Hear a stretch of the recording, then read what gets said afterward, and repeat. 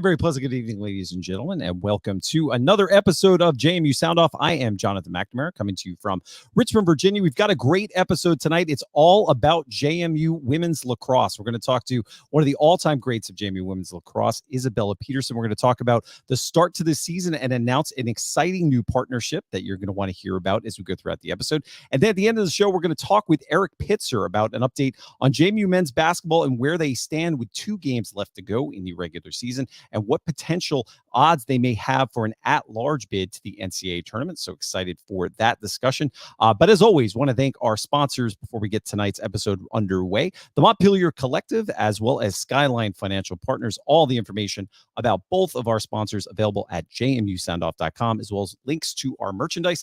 And with that, we're going to bring in the other hosts of tonight's show, Taylor Atkins, Steve Brown, Michael Evangelista, I think is in Universal Studios right now. So probably maybe riding a roller coaster. I don't know if he's been able to tune in, but Michael getting some much needed fun in the sun and some rest and relaxation. Guys, thanks for spending some time on a Sunday. I know we're all excited to talk to Isabella, the JMU women's lacrosse team having a incredibly hot start to 2024. But some other things happening in JMU athletics before we get to Isabella. The men's basketball team yesterday, a big comeback win over Georgia Southern. I know a lot of us are probably on some text threads yesterday in the first half, pulling out some hair, maybe adding some gray hair that I have on the sides. So added a few more yesterday with that first half performance. But credit where credit is due to JMU men's basketball, able to find a way to pretty much have a perfect second half performance against Georgia Southern. Taylor, any quick thoughts you had on yesterday's game? The 26th win now for JMU men's basketball as they continue to add more wins to the record, the most wins ever by a JMU men's basketball program. It's been an incredible season, but a big week ahead as we try to head into the Sun Belt tournament with some momentum. So every JMU Duke out there is its class of 07. You have the honor of calling yourself you were the losingest, most loss. You saw more JMU losses and fewer JMU wins than any 4-year time at JMU history. It was a seasons of 7, 6, 5, and 7 win season. So myself, John Butler, Brandon Sweeney, Erik Pitzer is going to be on. There was 25 games that we won in that 4-year period. This team's won 26 in 1 year. We still have a season of the regular season left. That doesn't include the conference tournament, and that doesn't include what postseason would come after the conference tournament. I think this year has been so good for JMU sports across the board. Volleyball, both soccer teams, football, basketball, lacrosse, baseball, softball. I mean, you go down the list. This year, we've been so spoiled in some respects that I was a little disappointed at some of the tweets and social media posts that were coming out at halftime of the Georgia Southern game. And I'm not talking about the people criticizing the play. The play was bad. I mean, we looked bad. We were bad. I'll say it. We were bad that first half. But I'm more referencing the people that were like, well, we knew this was coming. The only thing that matters is the Sun Belt Championship anyway. Nothing else matters.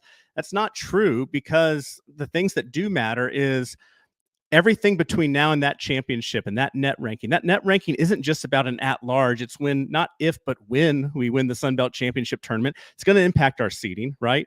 And then if there isn't an opportunity to go to the NCAA tournament, it's also going to impact any opportunities we can have in the NIT. And that NIT will likely have UVA and Virginia Tech. So when anyone starts talking about like nothing matters, whether all that matters is if winning that Sun Belt Championship, which as a coach, you're telling the team that's all that matters. I mean, that's what you're playing for. But as a fan, my goodness, I mean, it's just, there are some people jumping off the bandwagon at the slightest hint of not being a national powerhouse.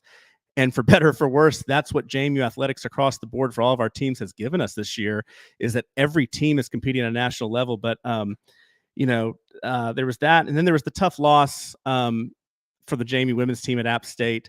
I forgot who shared the statistic, but someone was talking about, if you take Southern Miss and App State out of our football, basketball, and softball record, we're something like 48-1 or something obscene. So pretty decent. Yeah, those two schools have just had our number lately. But the only thing I keep saying is it comes down to Pensacola, and I can't wait to play both those teams in the JMU women's and JMU men's in that tournament, and punching our ticket to the dance. Yeah, and Steve, also men's baseball having a big day today, as well as the softball team getting some wins on Sunday to cap what was a pretty successful weekend all around for JMU athletics.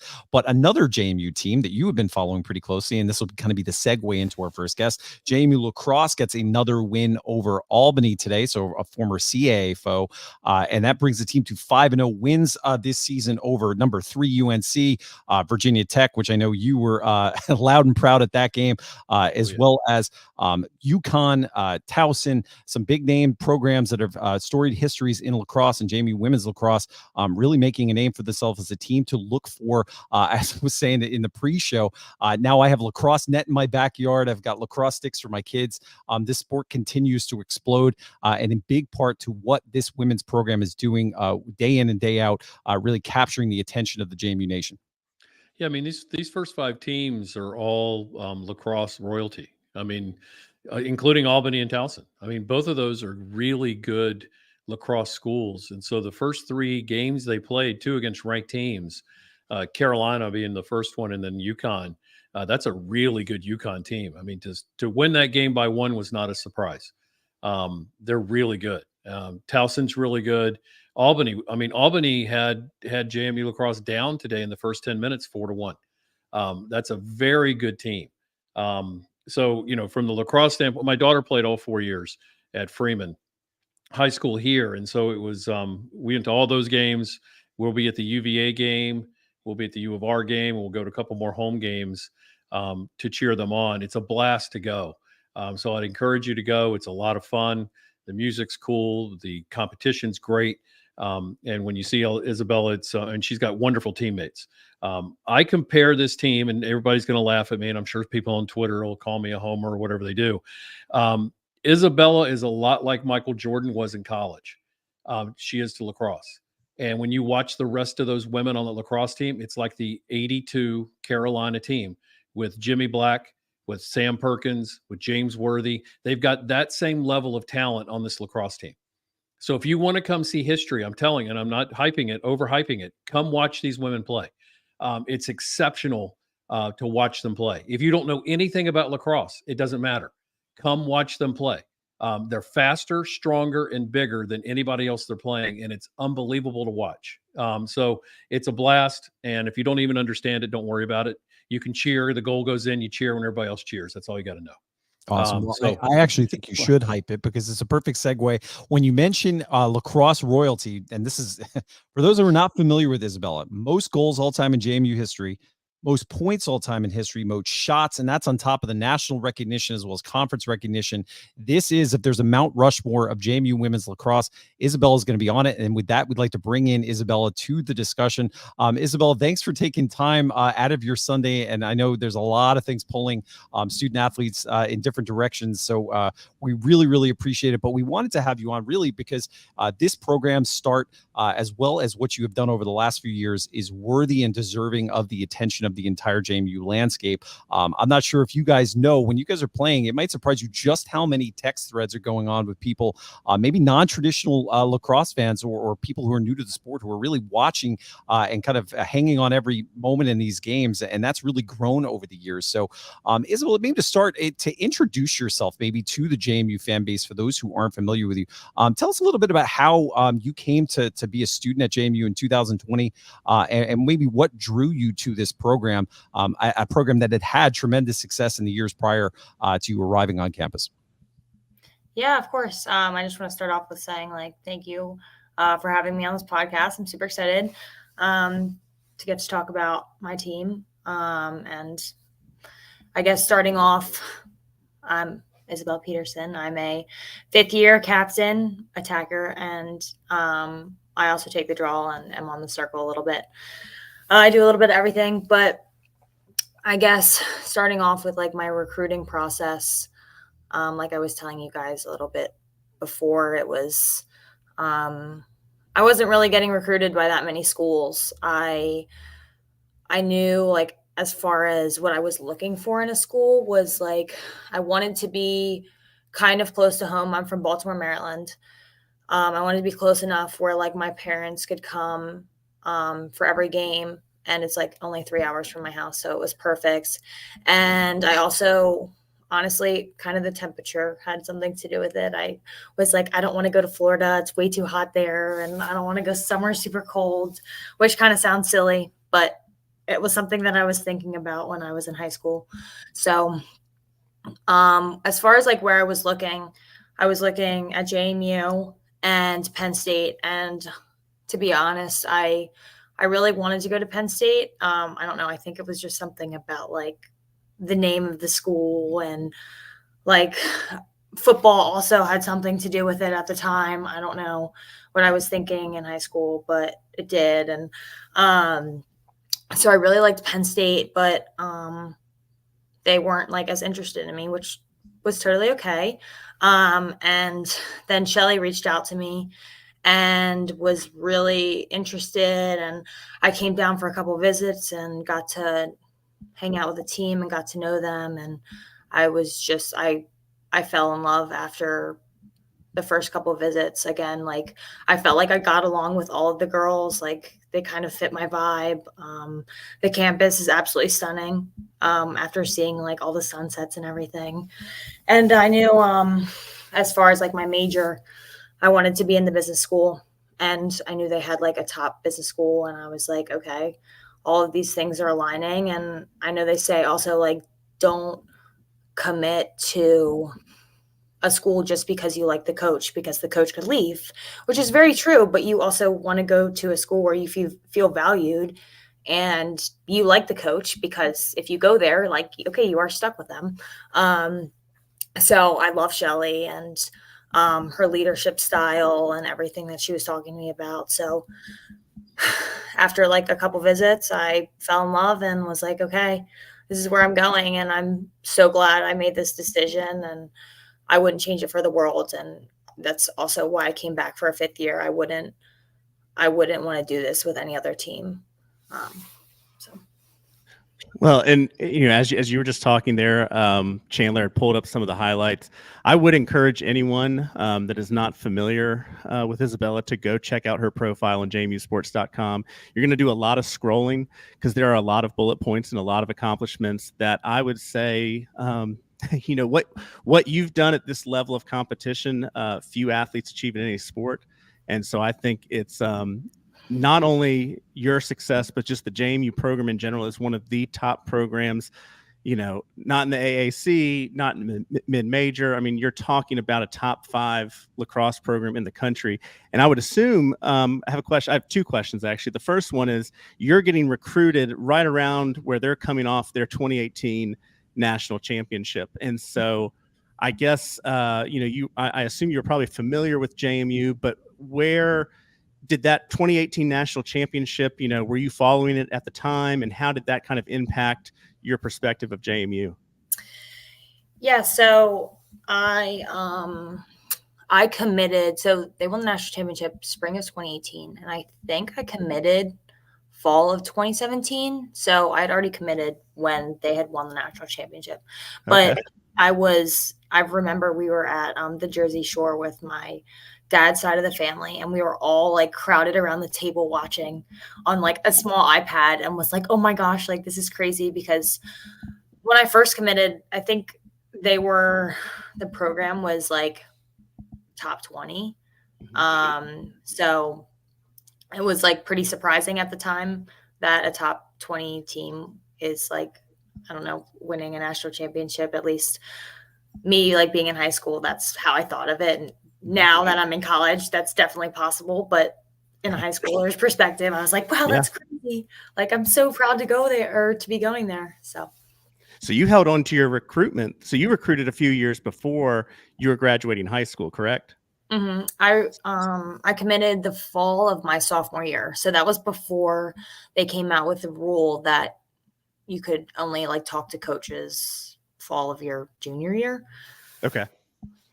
And then my follow-up is kind of a point that you made about when you were talking about Penn State, and you were talking about, you're just speaking honestly, growing up, your middle school or early high school, the big name schools that have these large athletic programs, it does cast a certain reputation and brand that kind of brands everything. And I'll remember when I was in school, every year our baseball team, we'd play like Maryland and Virginia Tech, and we'd beat them by like 20 runs. And then we'd play teams like Old Dominion and lose. And Old Dominion was a better baseball program, but of Tech in Maryland because of just they were an ACC team. And so I kind of have a question with this year in JMU sports. You've had football top 25, volleyball went to the NCAA, both soccer teams went to the NCAA, basketball was top 25. Our women's basketball team was preseason #1. Now you guys, and baseball beating a top 3 team. And I can go down the list. In your opinion, how much does the success across all JMU sports really impact some of the recruiting initiatives of what the lacrosse team's doing now and looking towards the future?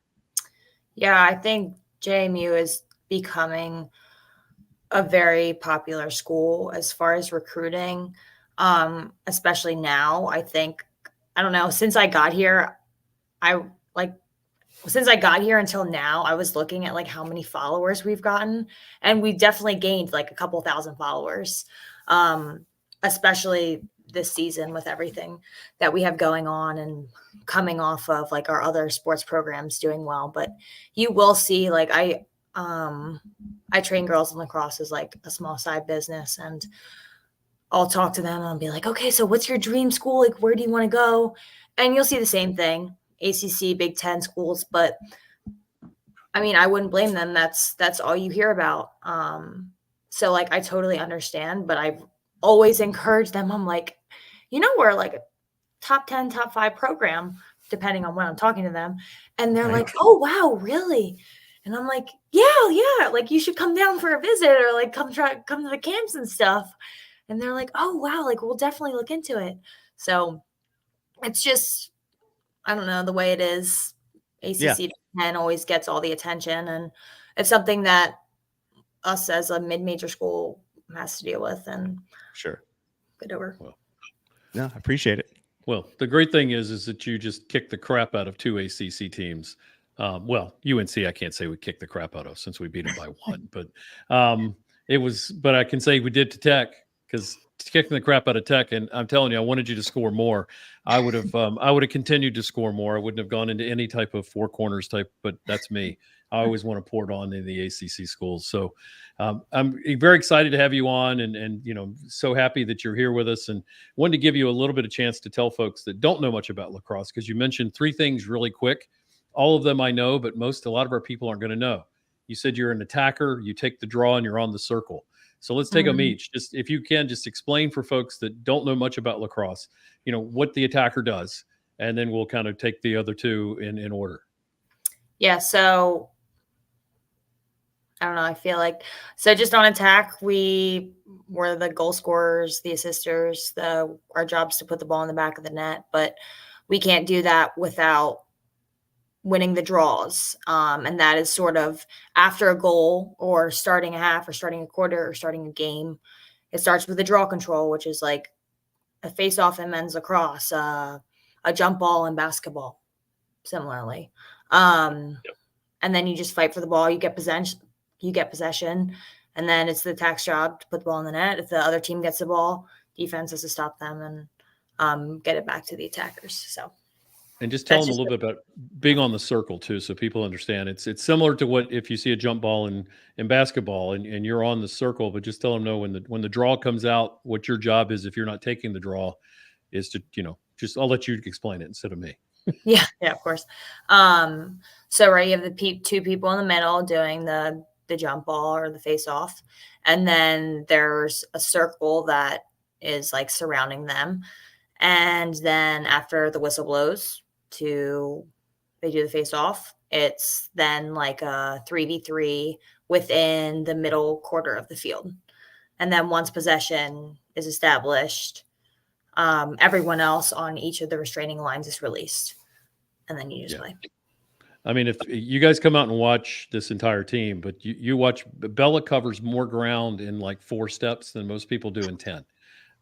So it's fun to watch how quickly, and she gets double and triple teamed and still scores. That's why I called you the Michael Jordan of lacrosse, because they did that to him and he still scored. You're like that in college. And I saw him play. So he's my age. And I saw him play in 1982 when they were running to the national championship. I was at the game in Charlotte when they beat JMU by 2. on their way to the national championship. So your team reminds me of that team. You've got a lot of supporting cast. It's not just the Bella show. There's a ton of great players on this lacrosse team. And, you guys are about a 50-50, kind of 50-50 draw control in terms, I think it's like 86-80 from what I can see on it. And the one thing I wanted to ask you about is kind of your 4 road game stretch. It looks to be a beast of a road. There's a 4 road game stretch in here, folks. And if you're in the Charlottesville area or the Richmond area, you need to come to at least 2 of these games. March 20th, they play at UVA. So if you're in Richmond, you can get to Charlottesville. If you're in Harrisonburg, you can get over there. We usually bring a pretty good crowd that usually rivals the people in the stands, and the UVA people don't know what to do about it. So stop by Bel Air Market if you want to grab a sandwich before you go in, and then bring your purple, and it drives those people crazy when we show up. So it's even more fun at Virginia.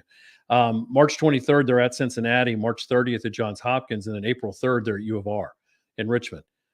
So nobody goes to U of R games. So we can absolutely make that a home game for this team. So come on up. So wanted to at least give you a shout out on the 4 road games. Anything you want to talk about with your teammates? I know you like to, you don't want to highlight yourself because I know that's not who you are.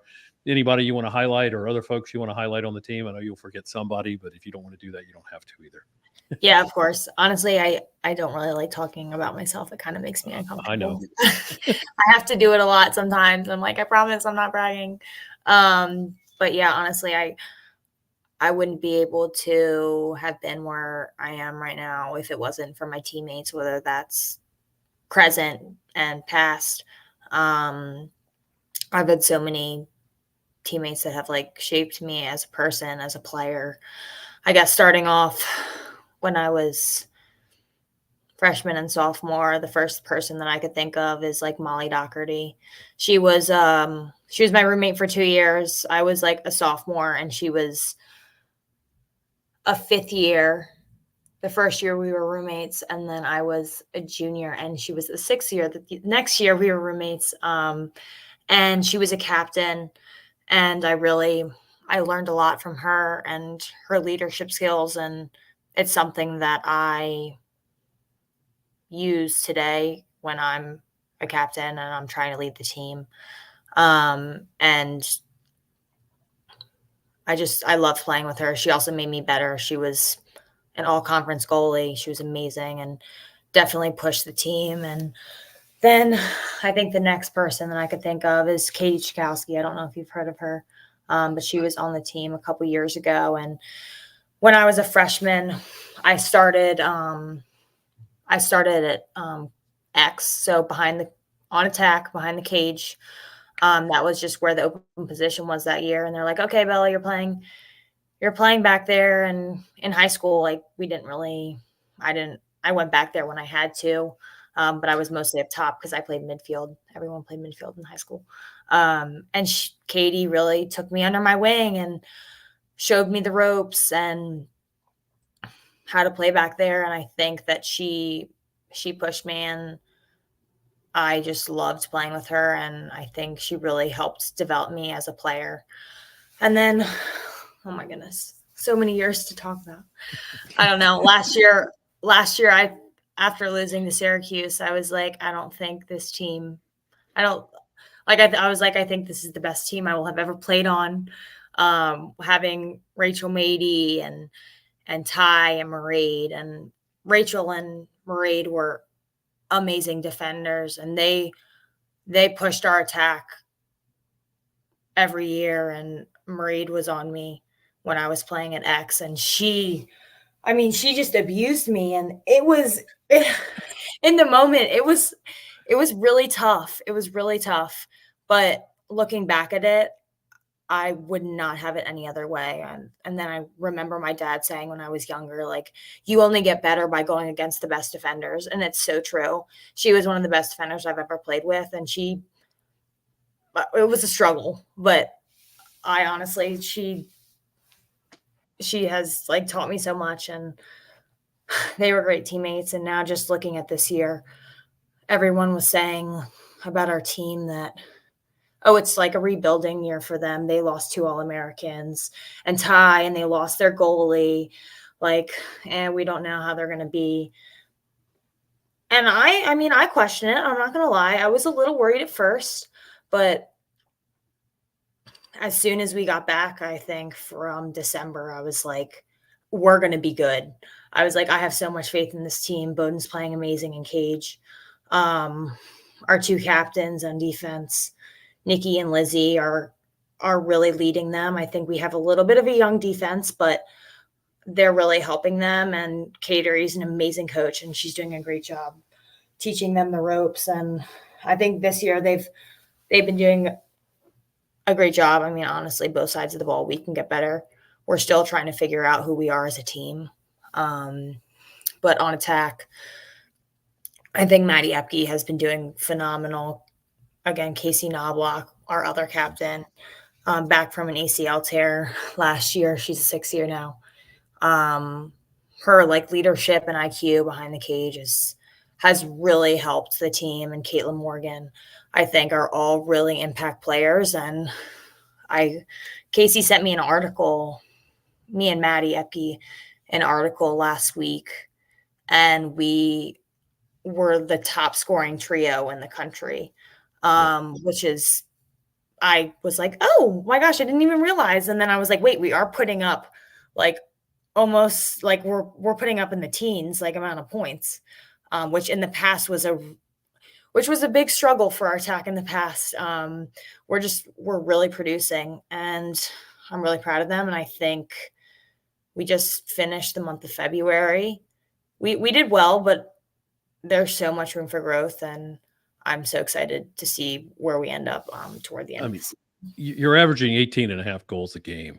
I mean, yeah, I mean, the defense, they'll grow. I mean, these 5 games are hard. And, people are going to say it's Albany and Towson. People don't realize how hard those teams are to play. And playing the 5 teams you just played is playing, a stretch that you play in the NCAA tournament. I mean, these are really good teams, and to score 18.5 goals and average 18.5 is unbelievable. And I was just looking at your scoring stats, and the one thing that's hard is when you have to sit. But I'll give you credit. Red card, we won't talk about it. You had to sit this game. But I have a feeling you're really probably pretty pleased with what everybody else did, because I'm looking at the scoring sheet from today and watching it, all the numbers of different people that scored today. And that's got to make you proud as a senior, as a captain, to sit and cheer for these other women as they're tearing it up. And, I know you want to play and you're like, God, I can't believe I'm not out there. But the other part of you's got to be, you know what, I'm really pleased to see people step into that role. And if I'm not there, we don't lose a beat. We're still scoring 21 goals in a game. That had to make you happy, I'm assuming, right?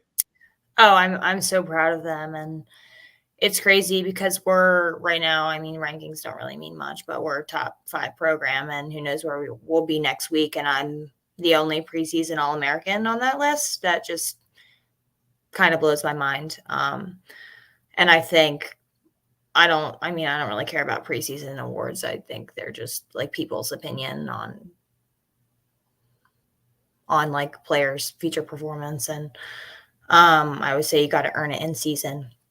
But like, I think that's just ridiculous. And I'm so proud of them, because I think they're playing amazing, and they're just showing what this team is really capable of in February. And there's a lot more time left. So I'm just really proud of them and their performance today. Isabel, one last thing before we get to the announcement that we have tonight is when I was working for sports media relations, I actually had a chance to support the lacrosse program. This was long before for your time in the program, but I was always amazed at just how close this team was off the field. And I was hoping if you could just kind of take us maybe behind the scenes of what this team's like on a road trip. When you're going on this 4 game, I've always heard the bus rides and the plane rides are quite the time, to say the least. And really what I've heard from players who have played on many of the different sports programs at JMU, those are the things that they're going to miss the most after their time as a player at JMU. Is you love what happens on the field or on the court, but really it's what happens in those kind of those long bus rides or long trips across the country. So maybe take us behind the scene of what this team's like off the field. Yeah, we are so close. They're actually all hanging out right now. So I have a little bit of FOMO, but I was like, I'll be there after the podcast, I promise. But we're all really close. And I think like one of the reasons why I decided to go to JMU was just because I could feel that in the recruiting process. And I think every year the team has been really close, and I know that I can count on each individual on the team to have my back.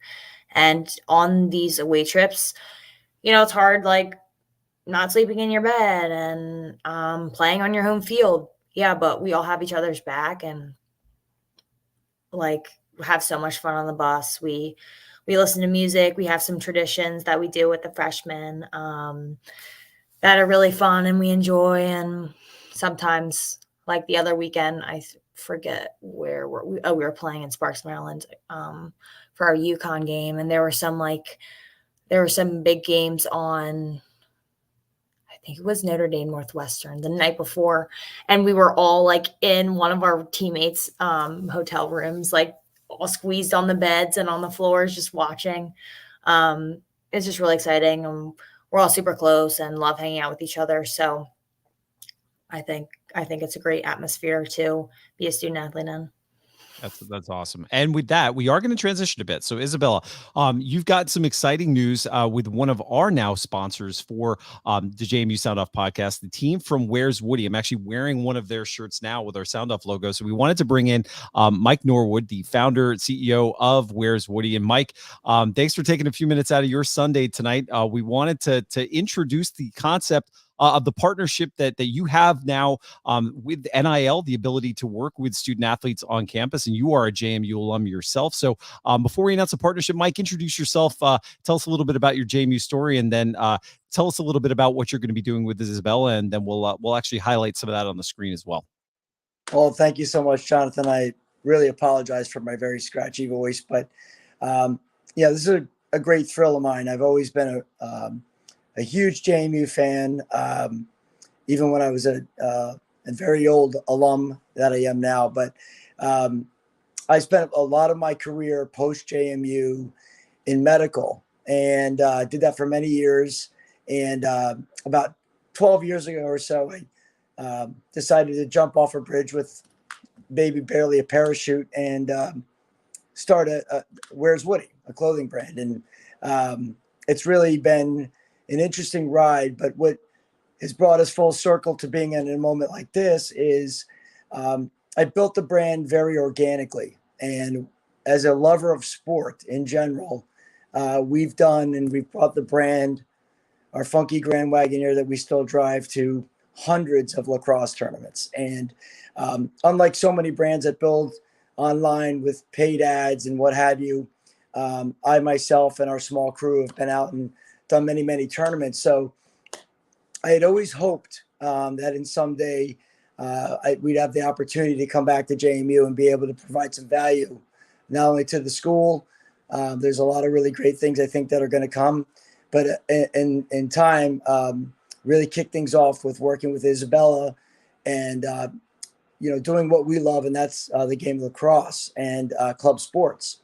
And so just the many passings, getting myself out to some games. I happen to, of all things, serendipitously, in fact, I think sit next to Tim Nelson from Skyline Financial at App State game last year. And I said, when I listened to Sound Off podcast, just with the great things that happen in football season, I said, Tim, would you mind making an introduction? And, fast forward to here we are today where, you guys were kind enough to give me the opportunity to make you some goods. And we wound up, on the Pat McAfee show. And all the while, I got the pleasure to meet Cliff Wood from the Montpelier Collective. And Cliff was kind enough to introduce me to Isabella, whom I've never met, but I've been very much a fan of for many years.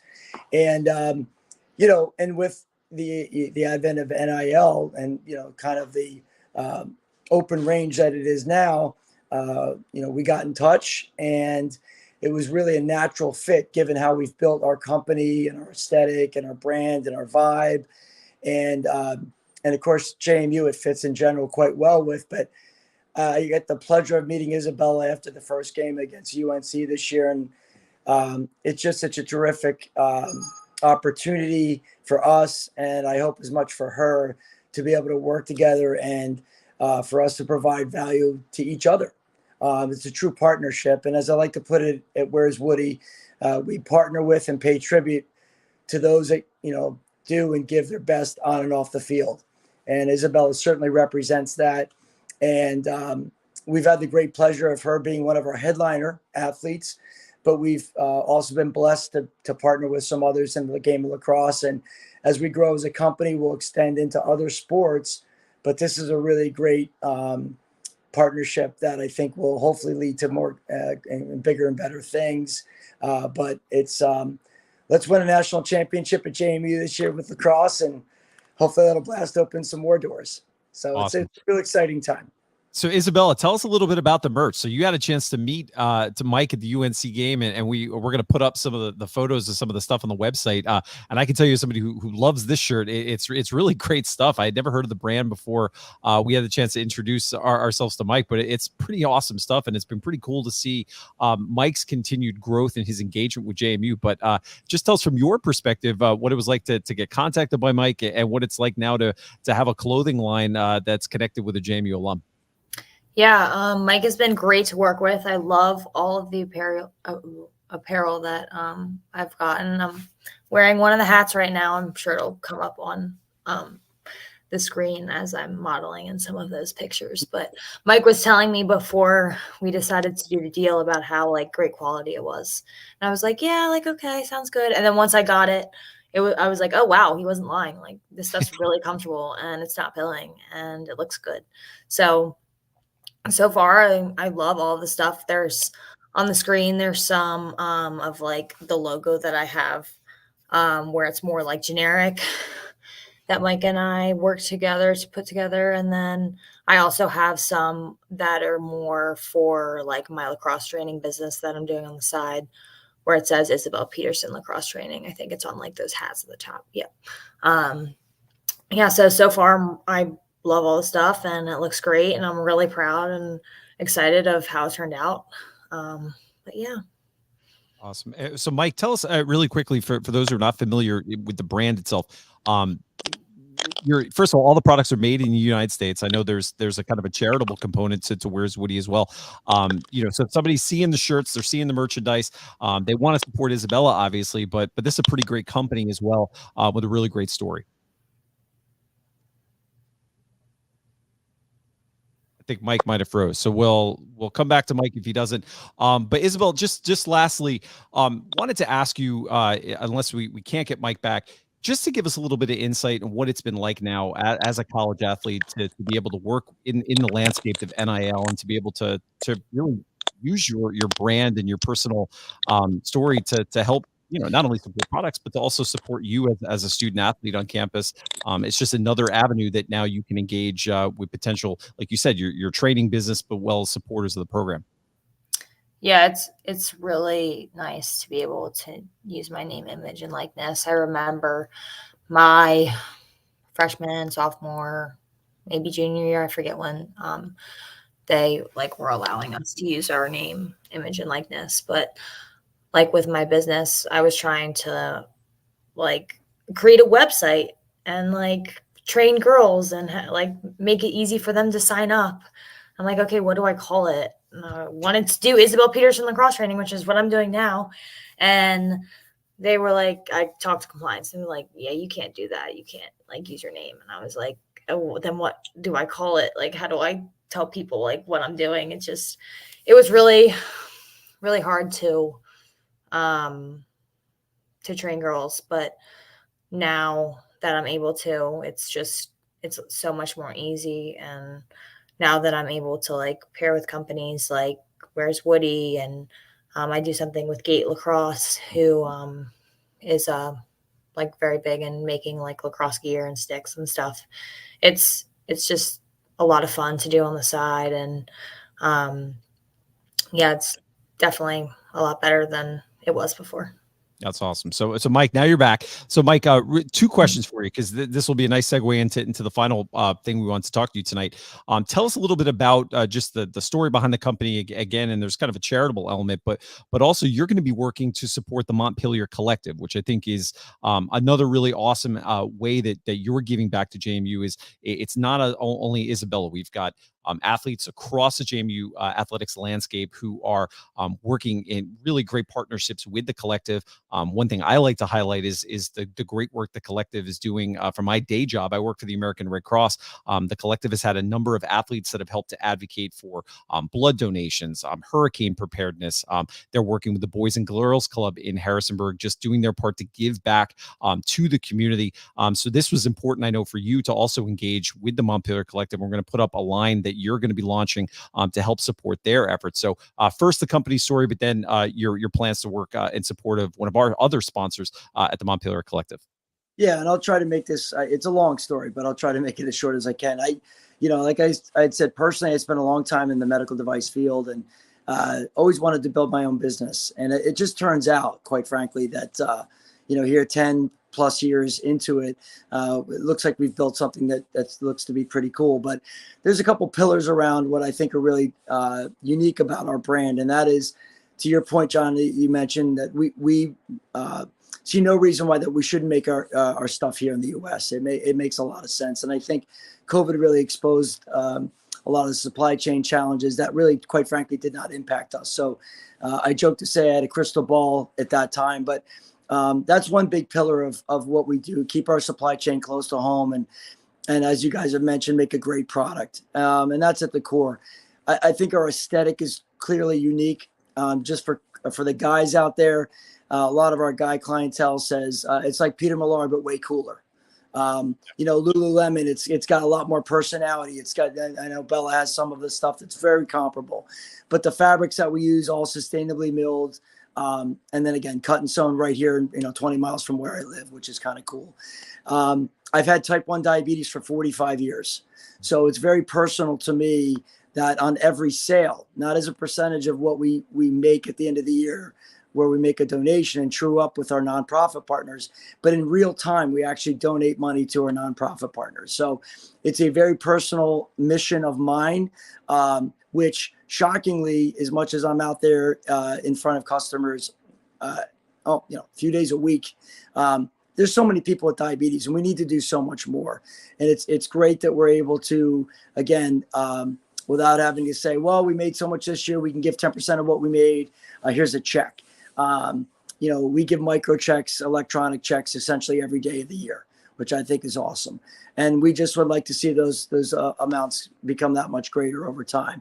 And then the other third pillar of where we're going, and again, it gets back to really how we've built this company and this brand and a very good following of some 50,000 customers across the country is, at things like youth club sports tournaments like lacrosse and volleyball and rowing and things like that.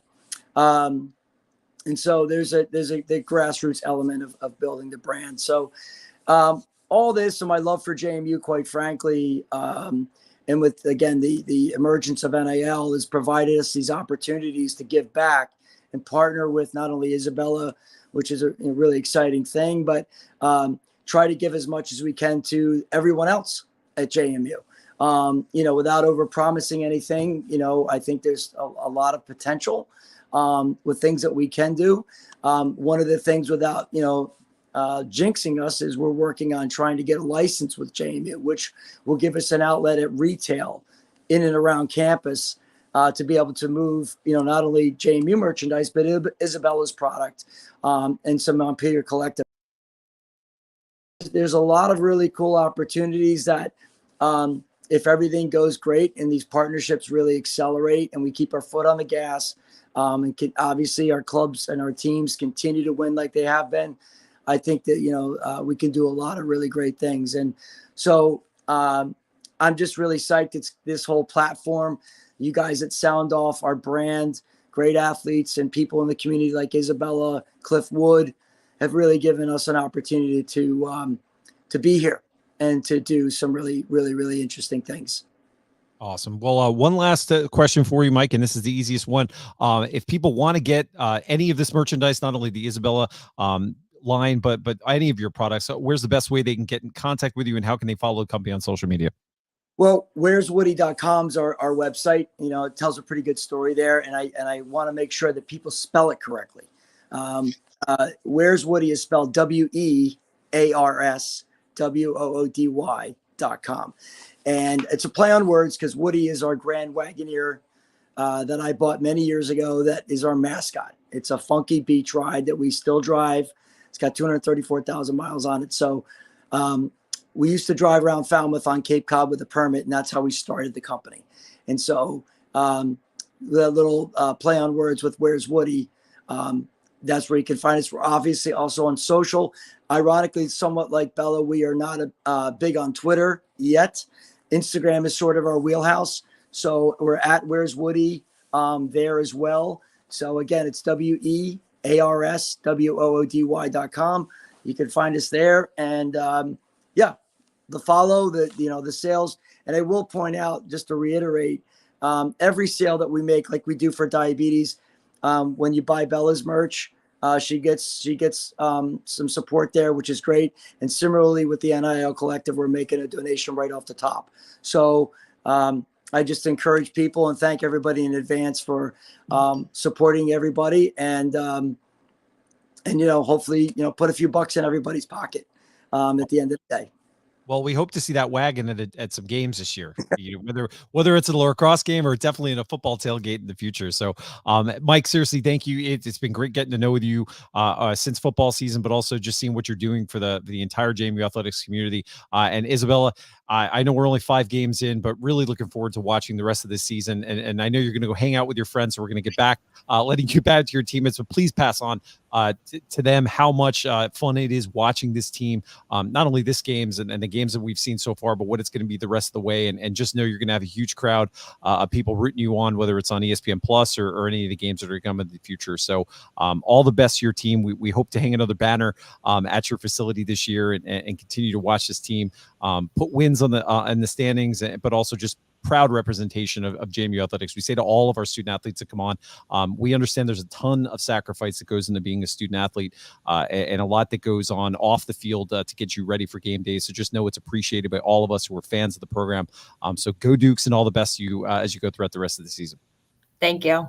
Awesome. And with that, thanks, guys. We'll talk to you in the future. With that, we're going to transition to our final segment for tonight's episode. There's been a lot of discussion around the current status of the men's basketball team as they head towards the Sun Belt tournament in Pensacola. And one of the discussion points has been where JMU kind of is in the picture for a potential at-large bid if they are not the Sun Belt champion at the end of the tournament. And we couldn't think of anybody better in the world who really is a bracketologist and really just an expert in terms of looking at different seedings. We've talked to him during football season about the potential for bowls, but we wanted to bring on Erik Pitzer to have a little bit of the discussion. We'll bring back the rest of our Sound Off crew for this discussion as well about where we kind of stand as a basketball program with 2 games remaining in the season. Erik, thanks for taking some of your Sunday. I know you have some bedtime duties that pull you off the beginning part of the show, but Erik, we're on some text threads as well where we're kind of going through where this basketball program is.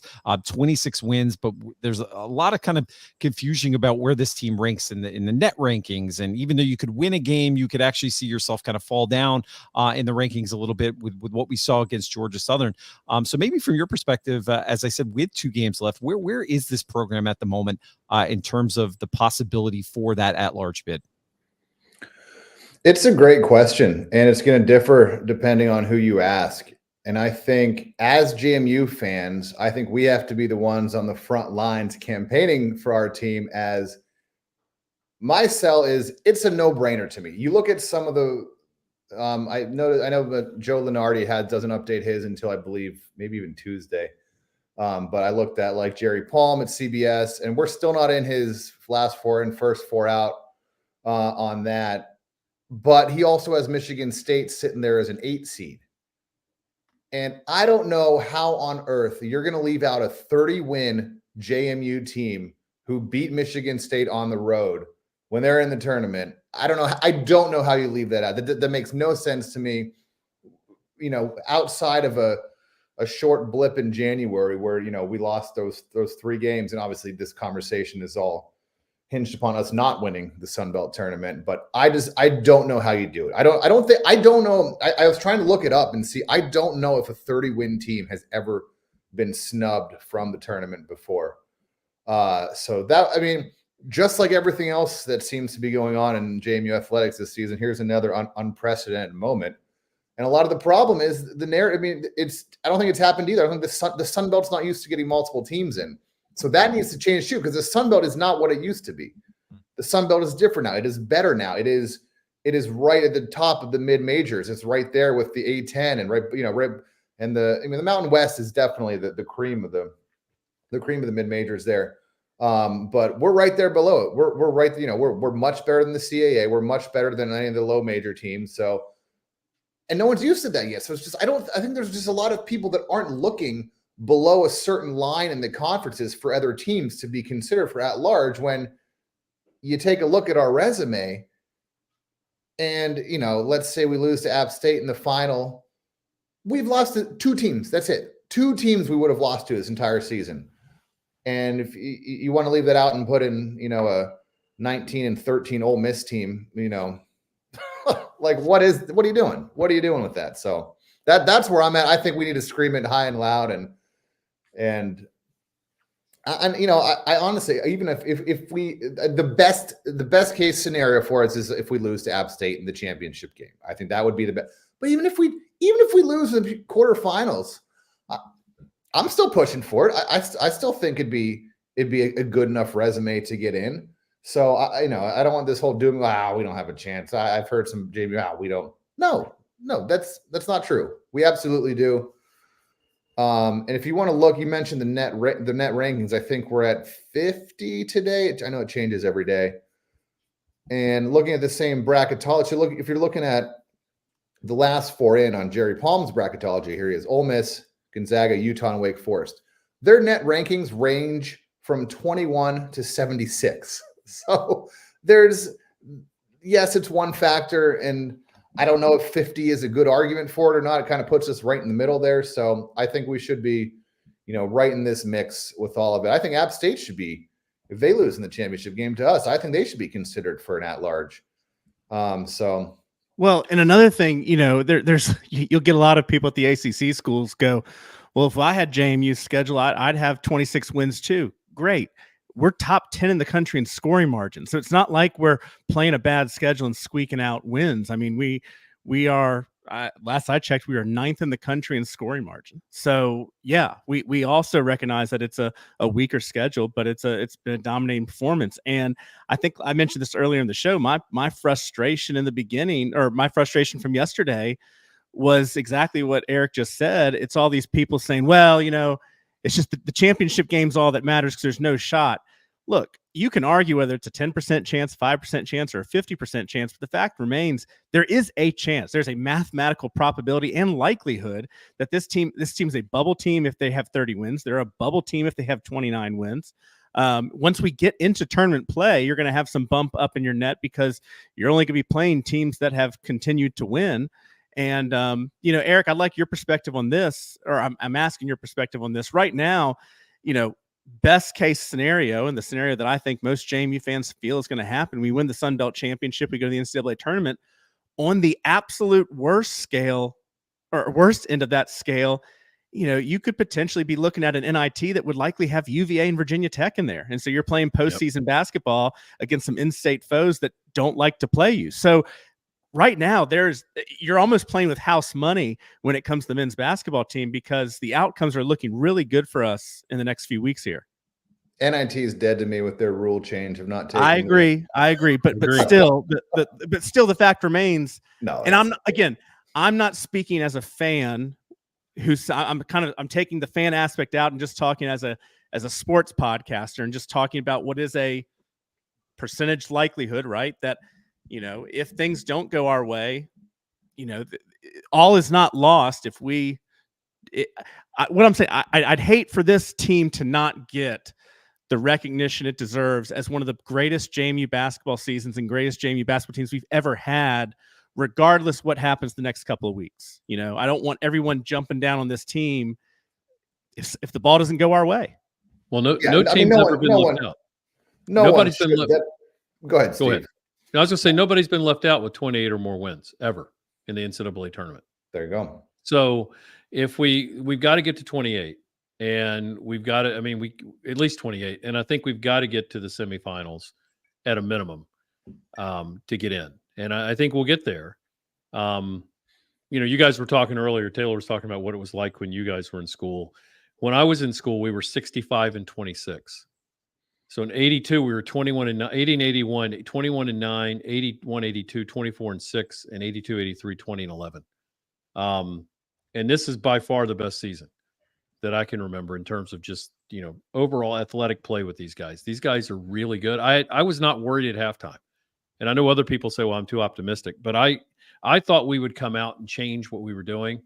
I didn't think they would tank as bad as they did, but our defense tanked them in a lot of ways. I mean, those guys just got run over, but I love what they're doing. I think they're going to roll these next two guys. I think Georgia State's in trouble because of the way we played in the first half, and then we will just beat the ever-living snot out of Coastal because we own Coastal. We own them in everything we do. The other thing, and I think what Erik said is a key. I think we've got to push this on social media. Everybody likes us except for Marshall, and who cares about Marshall? I saw their tweet today. They were whining about something.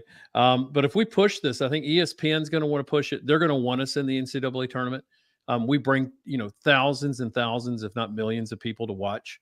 And I think they love having the JMU piece in. And if, we don't win it, I hope we do. But if we don't, I hope App gets in too. Because I think they deserve it based on the way they played, and especially if we play in the championship. And I was going to ask Erik about kind of, where we go in terms of seeding. Talk about, where we are in seeding, what needs to happen with some other teams for us to get that top 2 seed. I mean, I'm sure you're watching it closely. Yeah, as far as are you talking about the NCAA seeding, potential seeding, or Sun Belt? No, Sun Belt, so that we get a top 2. Kind of what the other guys have to do or not do, and all that kind of good stuff. Yeah, I mean, at this point, it's pretty much we've clinched a top 3 seed, and that was the most important to pretty much assure. I mean, unless we both App State and us lose out or something, I'm pretty sure we'll be on opposite sides of the bracket as them. I think that's what we want. And whether or not we're a 2 or a 3, I don't really think it matters, does it? I mean, I guess it'll matter who we play coming into that.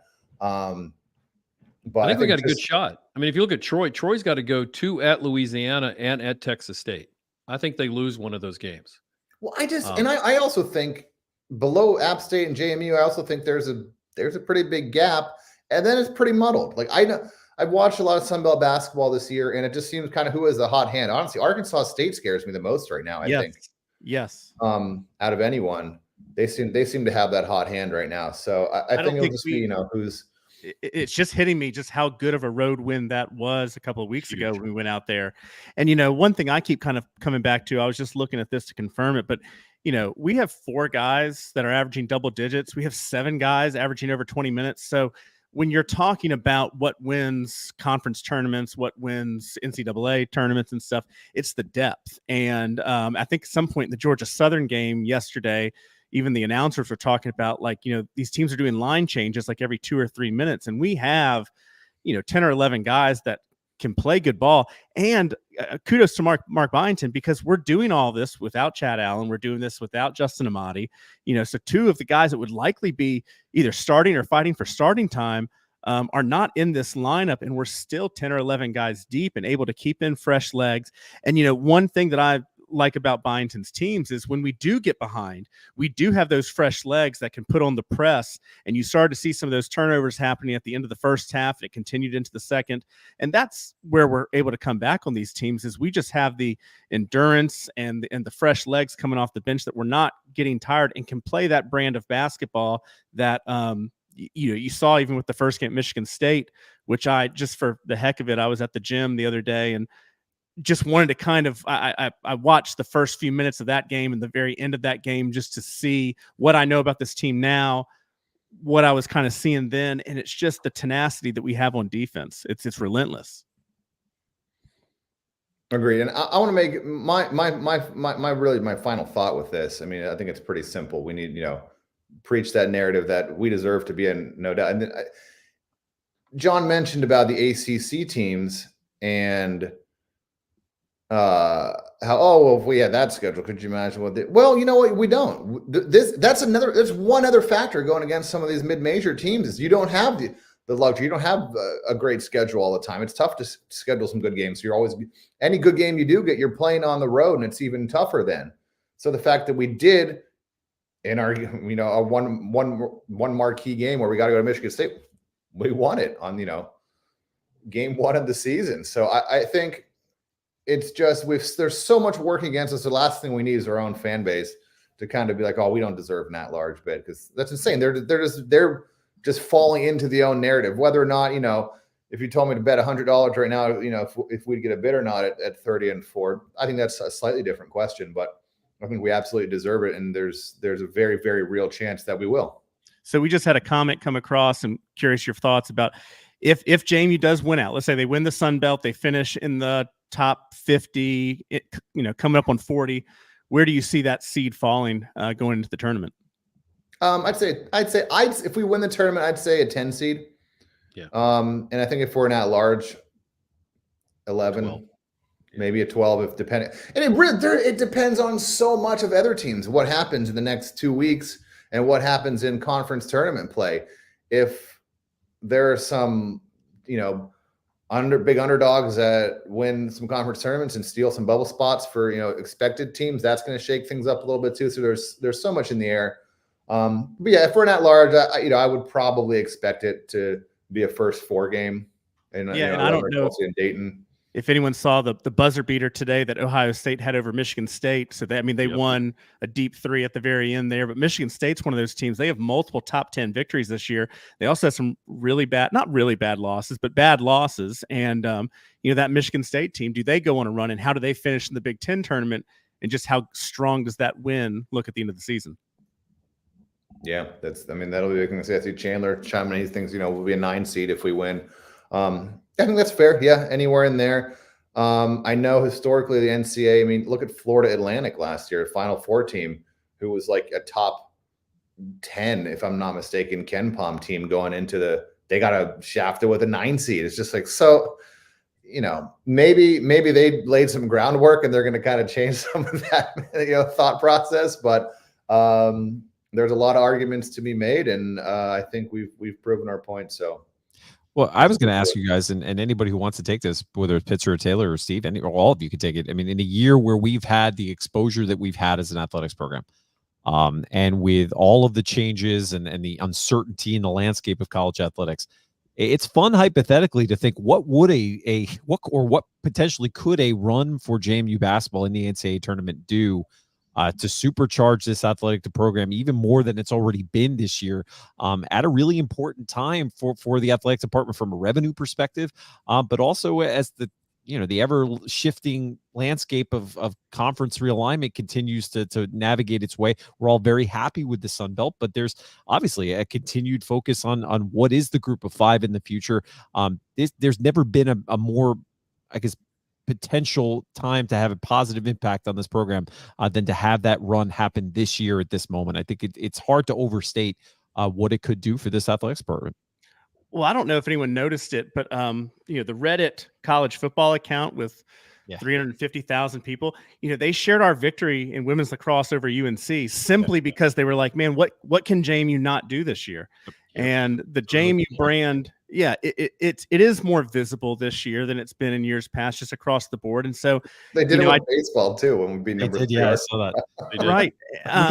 Is there a JMU grad at Reddit, or at least somebody who's taking their attention to us? So we have so many SMAG grads all over the place. It wouldn't surprise me if there was. Well, and I forgot the other guy. I know everyone talks about PFT at Barstool, but there's another guy that is on Barstool Radio up there that does a lot of pushing JMU, and I wish I knew his name right now. I'd shout him out. But, it does make you think that when they're in the war room and they're kind of going over seeding, and, if JMU is 30-4 and they don't win the Sun Belt championship, just the visibility that James Madison has brought, I think the selection committee would say this is a university and an athletic program that has proven they fund and compete and offer a product that does compete with the best of the best. So how much of an edge? I think that the homer in me says more than probably they do. But there is something to be said when across the board, JMU is proving they can compete with anyone at the national level across all their sports. Yeah, but then again, you have Giving Day that we just had this past week. All the conversation around the collective. what does the continued national success for the many programs at JMU do for that continued growth trajectory of financial support, season tickets, investment across all platforms. We've talked on here about the need to continue to grow that base. I know Steve rarely talks about the need to increase that Duke Club donor base and the collective donor base. This is the type of moments and the type of success that leads to that happening and leads to another generation of JMU fans saying, hey, I've never gone to JMU as a student without knowing this program having unprecedented historic levels of success. And that's going to breed a whole new generation of alumni who are going to really see this as an everything school and an athletic school that we can all be proud of and proudly wear our JMU logo in the same conversations with the Tech and UVA in terms of overall program success, but also success of those marquee programs on the national level. Well, and that generation's already here. I mean, I think it was just an eye-opening listening to Sound Off. I don't know, a month or so ago at this point, when you had on the current student, I believe it was student body president maybe, or this, where he talked about how all the students are very aware of what's going on in the basketball schedule, the football schedule, and all the sports. Back when Taylor knows it, Taylor just he tweeted out the same stat. He beat me to it. When Taylor and I were in school, this team right now has more wins than we saw our entire 4 years at JMU. They eclipsed that yesterday with the win. So the fact that we already have this current student generation who has this mentality of almost like athletics first kind of, it's incredible. That really struck a chord with me, because that was what I think this small group of people were really working towards when we were students there. So that's just incredible. March Madness run. I mean, my God, it almost seems like it's written already. So let's do it. Well, if we make that run, what it'll do is open up the scheduling. So if we make a run like the Owls did last year, San Diego State did to the Final Four, it then will push VCU, U of R, Dayton, those teams in the A10. We'll start getting some of those scheduling. We'll be able to get some of the Big East people to schedule us. It won't be a ton. I mean, UVA's done a good job dodging VCU for years. And, I don't know if the people in Charlottesville, they don't want to play us this year. They want nothing to do with us. They can't score out of the 40s. We'll score 40 on you in the first. We'll beat you in the first half and just kind of watch for the rest of the game, because you don't seem to play. Same thing with Tech. Tech doesn't want any part of us. So that's what'll help us. It helps us from a monetary standpoint. It's bigger than the run we had in football. We make a run like that in the NCAA tournament for basketball. It's unfreaking believable what that does for our brand. And it's just an absolute blast. I mean, for VCU, just think about how many students on campus will fill out that bracket with the JMU on it, or non-sports connected alums. I mean, I think everybody, even my wife, who's, I don't know if she's watching upstairs or not, but she is not a diehard sports fan, but in her office, they fill out brackets. And there are a number of JMU people in that office that will have an opportunity to put that JMU, 3 letters on a bracket in their office pool, and that stuff matters in the overall collective awareness of athletics and the general conversations when everybody's sitting on a sports bar those first couple of days of the NCAA tournament, to see a JMU name on that bracket and to be watching that, and that's on top of the whole sports betting landscape that's kind of changed everything about how we watch athletics. It matters, and it's huge for the program, especially it's because of the athletic director hiring process and everything that comes with it. The more notoriety this program gets, the more attractive it is.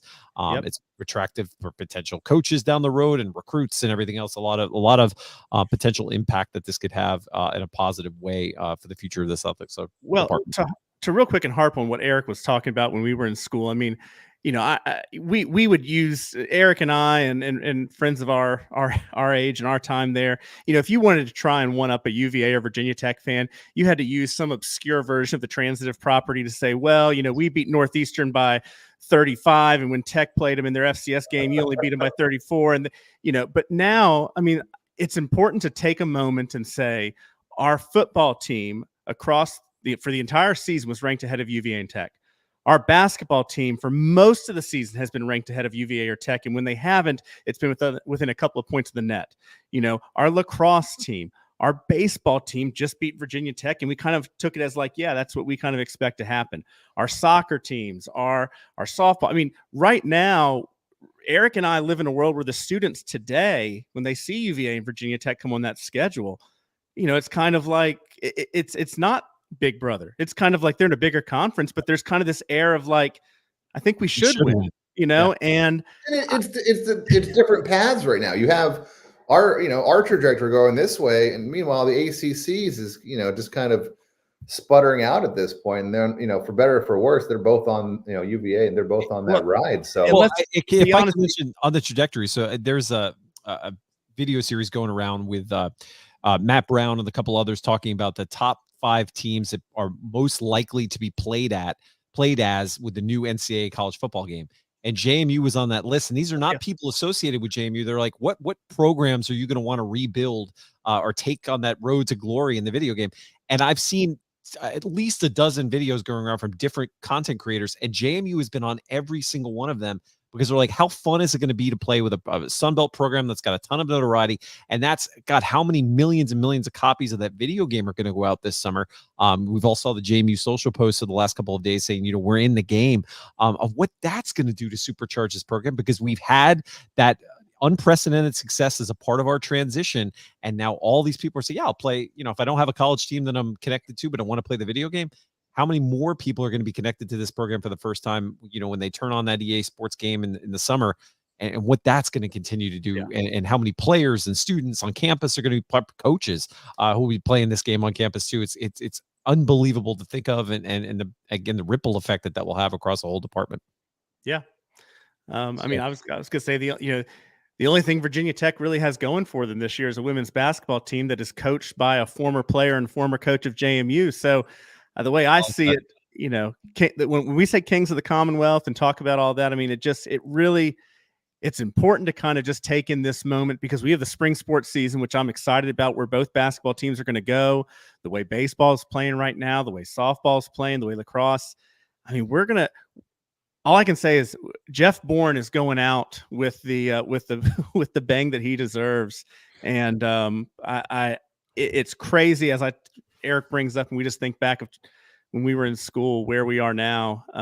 It's a special moment, and I'm glad that the kids there that are in school, they don't look at it like me and Erik did, where they're having to convince their friends to come to basketball games.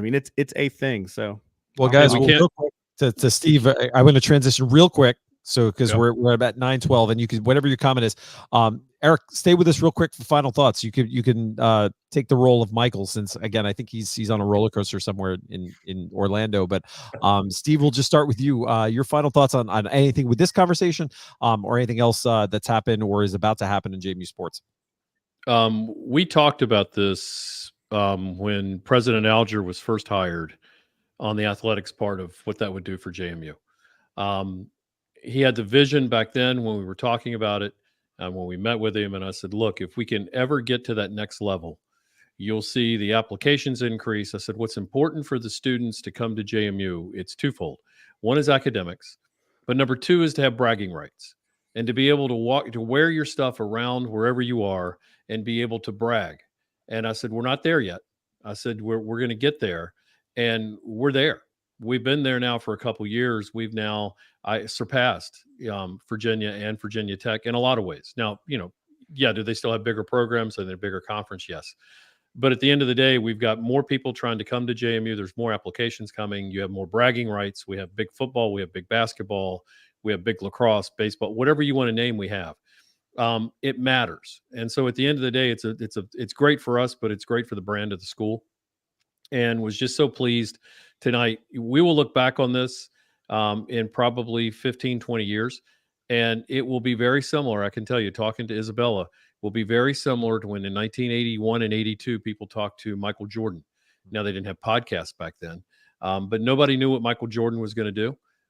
She's doing what he's doing in college right now, and she will end the year probably the top scorer in the nation, and one of the top, and should be the top player in the nation. And that's impressive. And, I can't remember when we've had somebody that's like that. and so it's just impressive to me to see a young lady like that. She's in the business school. She's got great grades. She's surrounded by other wonderful women that are top talent. And I just want to really make sure we hype that. I don't want to leave the men's basketball out, but I want to hype the lacrosse piece. Absolutely. And the women's basketball. We didn't mention that. I want to mention the women too. They've got a chance to end in the top 4, and they need to. They play at Coastal and at Old Dirty. They play, Old Dirty University down there in Norfolk is their last game on the 1st. They've got to win that game. They win that game, they're in the top 4. And so they need to win that out, and I'm hoping that they do. And I want them in the top 4. We know the men will be. So very happy for the tournament, but very happy for kind of everywhere we are tonight. And it was really a great episode. Awesome. Thanks, Steve. Pitzer, any final thoughts? Take us out of the Slack conversation into the podcast. Anything on your mind as we wrap up tonight's episode? Yeah, no, I gave my thoughts on the bracketology bit. 30-win JMU with a win over tournament-bound Michigan State. They got to be in. They got to be in. I mean, obviously, there's always a chance they won't be, but we need to all get on board and keep preaching that narrative and stop being. I think there's, at least in my generation of JMU fans, there's always this. You want to temper everything. You want to temper expectations all the time, and frankly, I'm sick of it. I don't want to do that. I don't want to lower any expectations. I think we're one of the best mid-major basketball teams this year, and I think we could go on a serious run, and I think we deserve to be there. I don't know. I would love to see what we can do against some of the current top 25 teams, because I think we can beat them. And I think even again, temper expectations for football next year, 12-team playoff. We are the betting favorite. We're the top G5 team with the best odds to win the national championship. So that spot is ours. We need to go get it, and we need to be prepared for that. And it's, it sounds, and you tell someone, oh, well, we might be a 12th seed playing a 5-seed Alabama first round of the playoffs, but get used to it. Get used to that and stop thinking, oh, that's just some pipe dream. That's a different tier of football for us. No, we're in it. But I'll take my final thought to give a shout out quick to all the rest of the sports, especially lacrosse. My goodness, what a start to their season they're having, and how fun is it to just, I don't know. It might just be being in the Sun Belt and having ESPN Plus and having access to all this stuff. But I've never been more excited to go tune in and check out a softball doubleheader, or tune in and watch baseball play Arkansas, then play Virginia Tech. And even I watched some of the playing Fairfield, sweeping them this weekend. So this has been the most I have been into other sports outside of just football and basketball. I mean, that get the most traction. So really shout out to all the sports. I think it's really everything's feeding off each other, and I love seeing it. And I hope we just keep that going. Awesome. Thanks. Well, please tell fellow Duke Kelly, we appreciate you being able to spend some time with us tonight. So as always, we appreciate it. Pitzer, your final thoughts, Taylor. Kids are in bed. I poured my bourbon. We're in a happy place. Awesome. I mentioned this when Isabella was on here. We were talking. I really do encourage people, if you're interested, go to her JMU sports profile and just see how much you have to scroll to see the accomplishments that she's had. And when John read off those statistics about, most scores all time at JMU, most points all time, most shots, this isn't some mid-major JMU team that's just been good recently and she's accomplishing those records because no one else has done it before. This is a JMU team that's been to the NCAA tournament 19 times. We've been 7 out of the last 9 years. It's a team that's used to being ranked at the top 25 and really in the top 10. So she's achieving those feats at a team that has performed at the highest levels of women's lacrosse in the nation. And so I'm really excited that we had her on tonight, and just really appreciate some of the insight she was able to provide. As far as basketball, both the men, and actually I do think I want to shout out to Scory Spector. I think he tweeted this, but something about the women have already clinched a top 4 seed because some kind of tiebreaker that they have over ULM, who I believe is 2 games behind them. Don't quote me on that, but I believe I saw a tweet out there. But both the men's and women's team both have a chance to win the conference. Both have a chance to do really well in the postseason. These next few weeks, Erik and I, and for really an entire generation of JMU fans since the late 90s, have dreamed of having top-tier basketball on both sides. We finally have it at this point. I think it's worth paying attention and enjoying every game that we have. And the last thing I'll say that's kind of going off of what Erik was talking about, just being in the Sun Belt and enjoying it. This is really the last 2 years has been the first time I've, as a JMU fan, had large contingents of other fan bases that don't like us, or the enemy of my enemy is my friend. I mean, I can just think of all those years of good FCS football, but you'd go up to a Towson game that meant something. Towson didn't care. You'd go to a Richmond game that meant something. The Richmond fans didn't care. It was tough to always be so rah-rah about your team when a lot of the other programs that you're playing, they're not invested. They don't have the fan bases. Me and some guys that went to App State the first year, and then we did a guys trip to the Huntington game in West Virginia. Everyone's looking for the schedule to come out because we can't wait to figure out, what's the big away game that we want to go to as a group. I mean, it's just cool to be in a conference of peer institutions that all have similar levels of success and history. A lot of the teams in the Sun Belt, I think all of them except for Southern Miss have transitioned up from FCS, but they're all kind of on that incline and accelerating upwards. Unlike, and I'm not putting down the MAC schools, but a lot of those MAC schools, have kind of been what they've been for the last 2 or 3 decades. And it's exciting to be in arguably the most highest potential climbing, accelerating G5 conference in the country. The MAC, they need to watch out. They might get passed by Conference U. As much as it pains me to say it, Conference USA might pass them soon. So, yeah, I did see somewhere that EA Sports is putting a Liberty feature on your team. So if you're starting a dynasty, you just click the Liberty feature, and it gives you teams that are ranked in the bottom 10 just right on your schedule, right out of the gate, so you don't have to work on any competition to win those first games early. Well, it gives you pool boys to pick off the roster. So that's who you put on your rosters. The pool the boy. Road to Glory feature. What a bunch of tools! Absolute group of tools. All I know is, man, if the Montpelier Collective or JMU doesn't do a some sort of get to play the game on the big screen in the AUBC or Bridgeforth with money, like a tournament with going to the Collective or the Duke Club. Listen, I'll give the Montpelier Collective an idea right now, and I'll tell you how much I'd be willing to bid on if Cliff can talk to the people at JMU in the summertime when that game drops to be able to go play it on the big screen in Bridgeforth. That's a fundraiser that might pay all of Montpelier's oh my God, bills. Might be a little hot in Bridgeforth. Maybe I don't know. Maybe the Atlantic Union Bank Center put on the 4-side screens in there. Oh, we would go all out. We can rent some of those, air conditioning units they put on the sideline for football games. Put you under a tent right on the 50-yard line. So if Cliff is listening, talk to the folks at JMU. Put that up for auction. You'll pay for all the NIL deals that we need. Hey, real quick, I'm sorry, I already hijacked Taylor's final thoughts. Go ahead. Sunbelt schedule, is that coming out March 1st still? March 1. Yep. So this week. So we'll know next week. Yeah. Yep. Let's go. Let's go. Yeah. All right. Well, I'm done. That's all right, it for me, gentlemen. Thank you for another great episode. One more shout out again to Isabella Peterson. This is the best of what student athletes are on campus. Yes. She represents the logo proud, not only what she's doing on the field, but what she does off the field, and really excited for her to have this opportunity to have another special run as she wraps up her career at JMU. And I know we'll all be watching. Thanks to Mike Norwood and the team at Where's Woody, not only for supporting Isabella and other student athletes on campus, but for supporting this podcast. He's been somebody who's been a fan and a supporter, and somebody who's been a real cheerleader for us as we've kind of navigated through this world of kind of online discourse. So just Mike, just know it's appreciated and it matters. We're going to do everything that we can to continue to drive people to your business. And as always, thank you to the listeners who continue to support this podcast. As always, you can find out all of our episodes. You can find out information about our sponsors, as well as some of our links to merchandise. We have Taylor's wearing one of the shirts right now. I've got the Where's Woody. We're going to have a Where's Woody link on our website. You can check out all of their products, and we might have some partnership opportunities with them in terms of some joint merch coming down the pipeline as well. So stay tuned. And as always, another big week of JMU athletics ahead. Tune in ESPN Plus. Those broadcasts are a great way, as Erik said, to stay connected with this university and stay connected to the athletics program.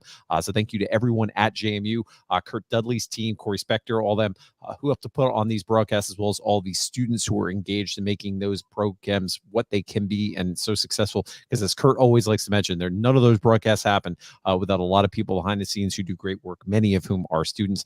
And with that, we'll be back next week with another episode of JMU Sound Off. Go Dukes. Talk to you next Sunday night.